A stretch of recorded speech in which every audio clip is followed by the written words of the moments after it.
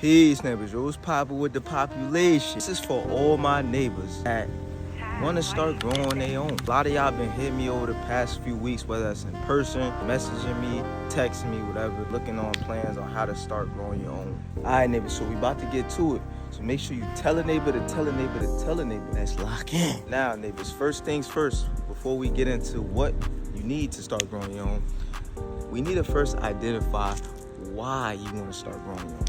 Why? Is it just a fad? Binge watched a few videos, now you feeling motivated to start growing your own? Just to let you know, not to burst your bubble, motivation isn't a good reason to start growing your own. You're not always gonna feel motivated to tend to your garden. But if you don't tend to your garden, even when you're not feeling like it, your crops, your plants that you really want to thrive are gonna die. Especially when you didn't nurture them up to the point where they could be more self-sustaining. You could take a day, 2, 3 days off, and they're still good.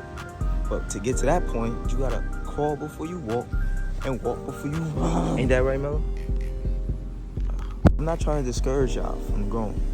I just want you to be prepared so adversity comes, or when you feeling down, you still being consistent so that your harvest could be plentiful. Now that we got the why, now it's time for the what. The what is where you create a list of things that you may want to grow. Crops that you buy on a daily, but you don't no longer want to buy it from the store. Or things that you may not have access to all the time that you want more access to. No better person or farmer to have access to than a source that you know, which will be you. So from spring all the way to mid-fall, it's free grounds on what you could grow. But you got to be honest about what you grow, because if you live in cold climates, plants that need that all year round sun, or that are not annuals, they're perennials, you gotta grow those in pots so that you can bring them in when it gets cold. Now, if you're trying to grow a bunch of annuals, you're good, free grounds. Grow whatever. Number one, you're gonna need a pot or a designated area to grow.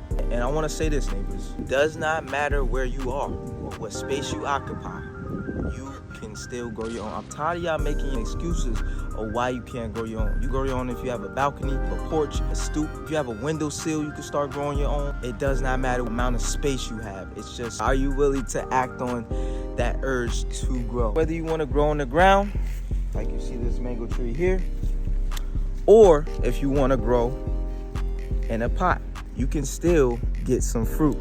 Like you see this mulberry tree right here. Listen, it's not about what you're growing in, it's about how it's growing. Wise words from Larry Jones. It's not about what you do, it's how you do it.